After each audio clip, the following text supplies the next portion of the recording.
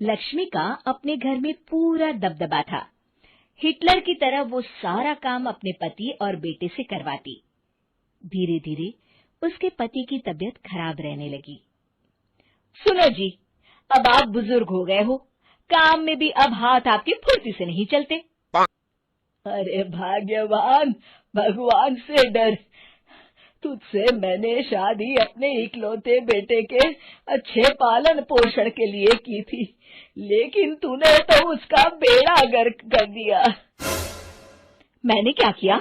पढ़ाया लिखाया, अब नौकरी नहीं लग रही तो मैं कैसे जिम्मेदार हो गई?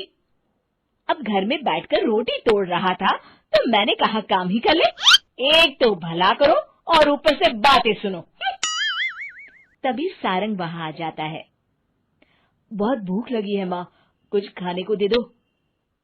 अब तुम्हारे पापा का हाथ तो चल नहीं रहा है। मैं ही जा रही हूँ आज किचन में, बनाती हूँ कुछ। हे भगवान, कैसे होगा इतना काम मुझसे? लक्ष्मी किचन में काम कर रही होती है कि तभी अचानक उसे आइडिया आता है। अरे मैं भी ना, अरे यहाँ तो फ्री की नौकरानी ला सकती हूँ मैं, फिर मैं क्यों खाना बना रही हूँ? उस दिन लक्ष्मी सारंग की पसंद का खाना बनाती है और बैठकर उसे बड़े ही प्यार से खिलाती है। खा ले बेटा, खा ले, पेट भर के खा ले। अरे रुक, मैं तेरे लिए ना गर्मा गर्म रोटियां लाती हूँ।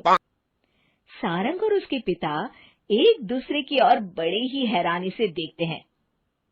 बेटा सारंग, जरूर दाल में कुछ काला है, वरना ये औरत तो हमें बासी खाना भी सुकून से ना खाने दे। सुनील की बात लक्ष्मी सुन लेती है और जोर जोर से चिल्लाने लगती है।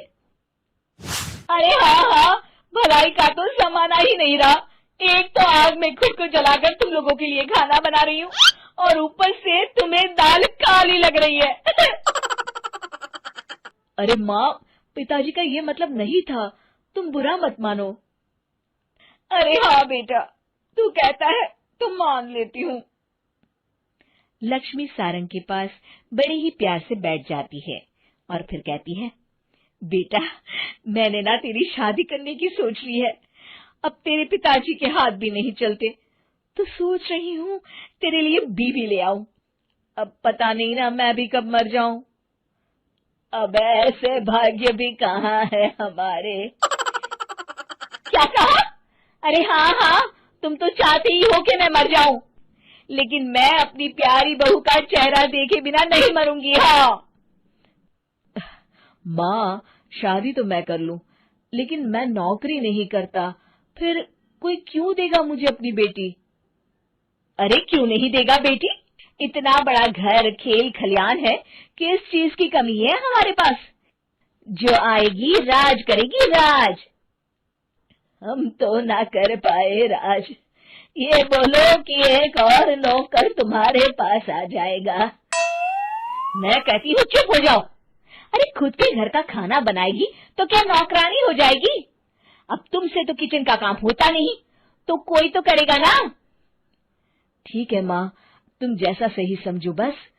अब मेरी एक शर्त है, लड़की जो भी हो वो दिखने में कैसी भी हो या कहीं की भी हो, बस पढ़ी लिखी होनी चाहिए।